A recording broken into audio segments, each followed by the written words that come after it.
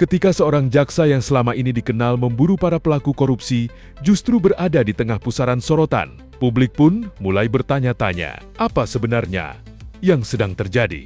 Benarkah ini menjadi babak baru dalam upaya pemberantasan korupsi?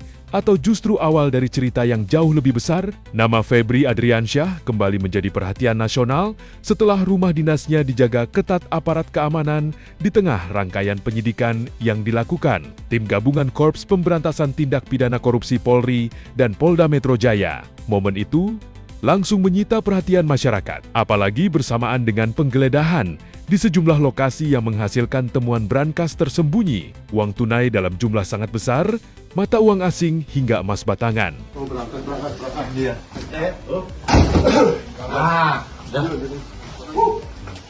Pas.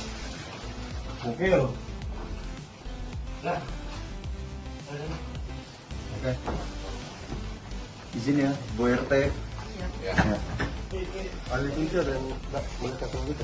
Ini tadi bukan kunci apa-apa itu? Mau ngasih. Itu punya tak. 165 228 165. tadi benar kan 168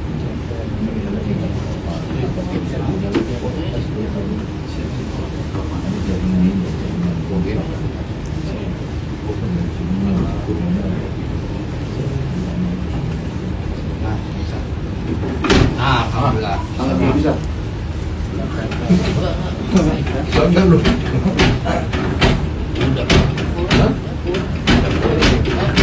Biasa pakai kunci. Alhamdulillah bisa. Bisa ya? Video. Bapak bisa bikin HP kan? Iya. Enggak. Iya. Tadi aja. Makasih ya Pak.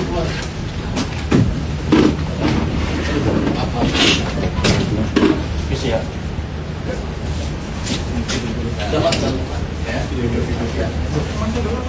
Dibiara kali. Iya.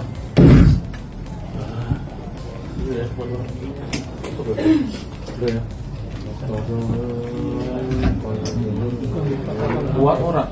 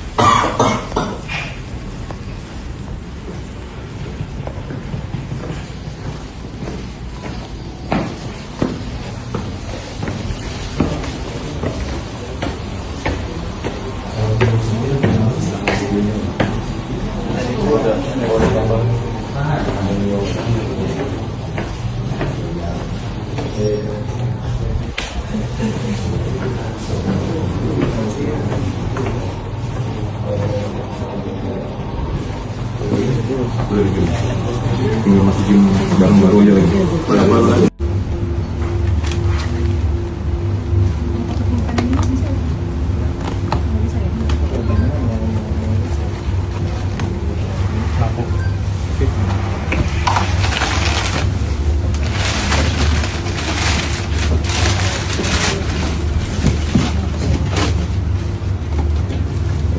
lembar pecahan 100 USD, terus 1 lembar ini yang tadi yang kecil-kecil itu terus 81 lembar USD 100 pecahan 100, terus sisanya yang receh $50 1 lembar, $10 1 lembar, sama $5 $50 1 lembar sama $10.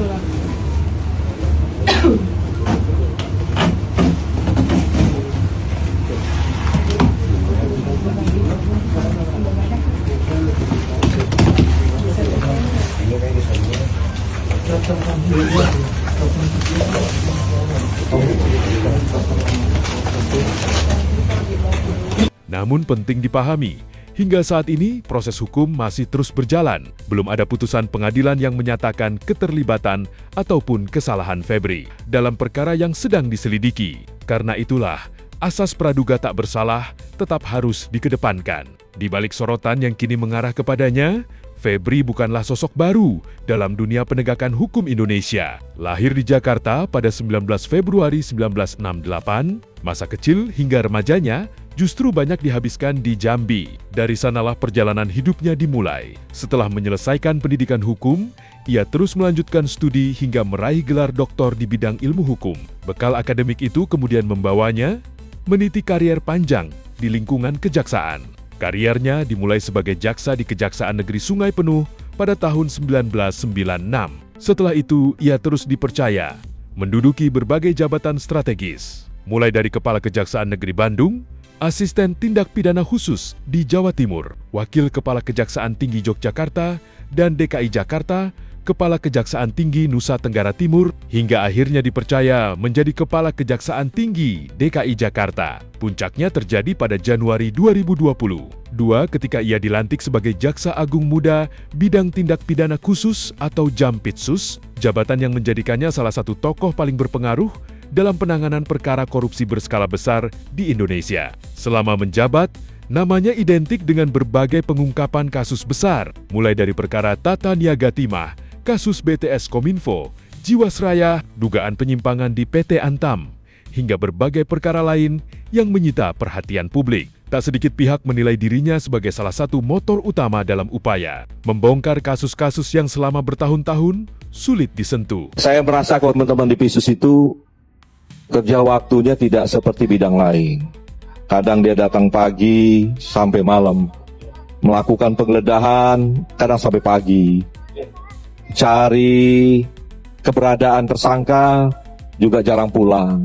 Di PISUS penanganan perkara sekarang sedang diperkuat untuk pelacakan asetnya. Dan kemarin saya sudah nyampaikan di pemaparan, hanya satu kejaksaan negeri yang tidak berhasil dalam penanganan tindak pidana korupsi.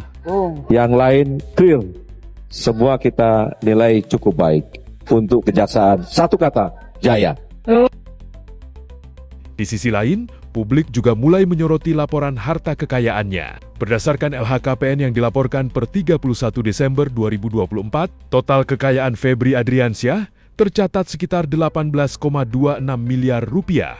Sebagian besar berasal dari aset tanah dan bangunan di Jakarta Selatan, Tangerang Selatan, dan Bandung. Ia juga melaporkan kepemilikan beberapa kendaraan, termasuk Toyota Alphard dan Toyota Land Cruiser, serta tercatat tidak memiliki utang dalam laporan tersebut. Karena itulah, ketika operasi penggeledahan besar-besaran dilakukan di berbagai lokasi dan penyidik mengumumkan temuan uang tunai sekitar 476 miliar rupiah, serta puluhan kilogram emas, perhatian masyarakat otomatis ikut tertuju kepada berbagai pihak yang berkaitan dengan perkara tersebut. Meski demikian, hubungan fakta-fakta itu dengan individu tertentu masih menjadi bagian dari proses penyidikan yang terus berjalan. Di media sosial, reaksi masyarakat pun beragam.